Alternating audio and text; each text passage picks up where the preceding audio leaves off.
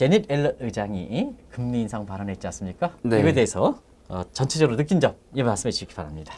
인플레이션에 대한 우려 때문에 금리를 올릴 수 있다라는 얘기도 하셨고, 그 다음에 이번에 버크셔 해서웨이의 그 워런 버핏 회장과 그 다음에 찰리 먼거 네, 회장이 요번에 주주총회 때도 이야기를 했던 게 인플레이션이 꽤 서브스텐셜하게 나타나고 있다라는 아주 의미심장한 영어에서 발언을 하셨거든요. 서브스텐셜이라는 건 굉장히 큰 의미를 갖고 있지 않습니까? 네, 그렇습니다. 네네. 시장에서는 조금 당황했던 부분이 있었던 것 같고요. 그것이 네네. 결국은 나스닥의 발작으로 이어졌고 네네. 기술주의 하락을 이끌었었습니다. 특히나 반도체 지수라던가 또는 저희가 팡이라고 불렸던 네네. 그 기술주들이 큰 영향을 좀 받아서 거의 뭐 2% 가까이가 하락을 하는 그런 모습들을 보였었어요. 네. 최근에 제가 몇몇 그 인베스트먼트 뱅크의 그 특히나 채권 쪽과 그다음에 네네. 이코노미스트 쪽을 좀 몇 분을 만나 뵀었는데요. 네네.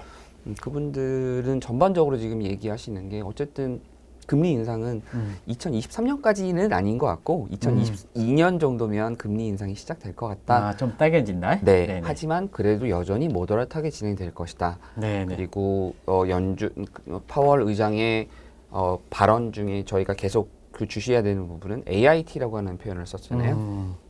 Average Inflation 네네. 이라고 하는 표현을 쓰시면서 결국은 2%의 그 연방준비위원회가 추구하는 2% 미만의 인플레이션을 어느 정도는 넘어가더라도 그걸 허용해 주겠다라고 하는 표현을 사용을 하고 있었거든요. 그러니까 그것이 만약 반영이 된다면 2022년에 금리를 올린다고 하더라도 그것은 굉장히 아주 모더렛하지 않을까. 그리고 옐렌 재무부 장관이 표현했던 것도 그 금리 인상이 조금 빨라질 수 있다라고 하는 경고의 시그널 정도를 한 것은 아닌가라는 생각을 하고요. 그래서 그게 그렇게 큰 영향을 줄 거다라고 개인적으로는 생각하지 않습니다. 네. 삼성전자 주가 우리 이렇게 동학개미 분들이 또 이 삼성전자를 가장 많이 보유하고 있지 않습니까? 맞습니다. 이제 국민주니까. 맞습니다. 그래서 이후에 어떻게 될 것이냐 하는 것이 또 관심이 있기 때문에 이런 문제도 좀 같이 좀 짚고 넘어가겠습니다. 네, 어쨌든 삼성전자가 최근에 작년 10월부터 시작해서 그냥 45,000원대에서 거의 9만 원까지 숨 쉴 틈 없이 거의 100%의 상승을 했다가 네네. 다시 밀렸던 주가가 이제 조금 안정화를 찾고 있는 것 같고요. 네네. 다시 이제 모멘텀을 보고 있는 상황이고 반도체의 전체적인 수급이라던가 또는 시장 분위기 자체가 네네. 결국은 슈퍼사이클의 초입에 들어온 것이 아닌가라고 하는 얘기들도 많이 진행이 되고 있고 네네. 그 다음에 요번 5월 말에 결국은 미국을 방문했을 때 삼성전자가 결국은 추가적인 반도체 설비 투자에 대한 얘기들이 나올 수 있을 것이라고 하는 기대감들도 굉장히 많고요. 네네. 또 보유 자금을 통해서의 M&A 발표가 있을 수 있을 것이다라고 하는 시장의 기대치도 계속 나오고 있는 상황이었기 때문에 특히 가장 관심이 높았던 게 최근에 자동차 반도체가 없어서 네네. 공장을 셧다운한다라고 하는 충격적인 그런 이야기들이 계속 나오고 있는 상황에 결국은 NXP 테크놀로지라고 하는 반도체 시장 내에서는 넘버 2인 회사가 계속적으로 스포트라이트를 받고 있는 그런 현실인 거고요. 네네. 이게 만약에로 삼성전자가 인수를 하게 된다면 반도체 내에서의 서플라이 체인이라던가 반도체 내에서 DRAM과 NAND가 아닌 자동차 반도체 그 다음에 그 외에 파운드리 사업까지 그 풀 라인업을 갖추는 반도체 굴지의 회사로서 네네. 삼성전자가 더 성장할 수 있을 것이라고 생각이 되기 때문에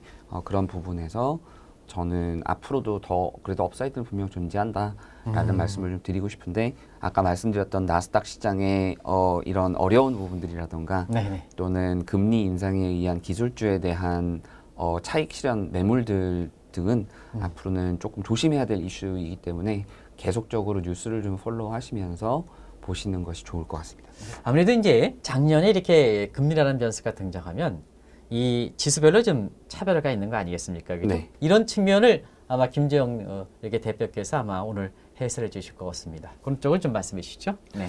네, 아무래도 그 부분이 조금 중요할 것 같은데요. 작년 같은 경우는 저희가 그 코로나 그러니까 코비드 팬데믹이라고 불리는 네네. 이 팬데믹 사건이 나면서 가장 큰 영향을 받았던 건 실물 경기 쪽이에요. 네네. 건설 쪽도 어려웠었고 해운도 안 좋았었고 항공은 뭐 이거는 네. 이른바 경기 민감주를 하는 업종들. 네, 그 경기 민감주들은 모두 안 좋은 상황이었었고요. 네네.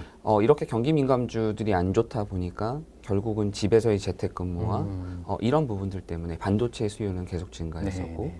줌이라던가 이런 어떤 그 화상 회의 방식이 계속적으로 관심을 받는 그런 섹터가 되어버렸었고 네네. 그것이 결국은 성장주의 주가 상승을 끊임없이 끌어왔었거든요. 네네. 거기다 금리를 계속 낮추다 보니까 네네. 이 작은 성장주 회사들 같은 경우는 매출의 성장 대비해서 결국은 할인율의 이슈 그러니까 저희가 요구하는 요구 수익률이라던가 네네. 채권 금리라던가 하는 부분에 많은 영향을 받을 수밖에 없거든요. 근데 지금 반대의 상황이 발생을 하기 시작을 한 거예요. 이제는 금리가 올라오면서 지금 현재 어제 보니까 10년물 금리가 한 1.6% 밑에서 1.582 정도에서 제가 거래가 되는 걸 마지막으로 봤었거든요. 네네네. 이게 뭐 작년 대비해서는 엄청 높죠. 작년 8월 달에 한 0.5, 0.8 정도 이렇게 됐으니까. 그렇죠. 네네. 그렇게 따지고 보면 할인율이 많이 올라온 부분이기 때문에 그런 것들이 계속적으로 기술주를 아마 짓누르게 될 겁니다. 특히나 금리 인상 얘기들이 나오면 한 번씩 이런 차익 실현의 욕구라던가 또는 밸류에이션의 이 압박 때문에 계속 아마 나스닥과 우리나라 같은 경우도 이제 코스피가 그런 부분에서 영향을 좀 받을 수 있기 때문에 그런 안타까운 좀 부분들이 존재함을 네. 미리 저희가 좀 고려하면서 투자를 하시는 게 좋지 않을까 생각합니다. 오늘 그 민감 문제에 대해서 명쾌한 그 해설을 해주신 김정 대표님께 고맙다는 말씀을 마무리 발언하면서 시청자분과 다음에 뵙도록 하겠습니다. 감사합니다.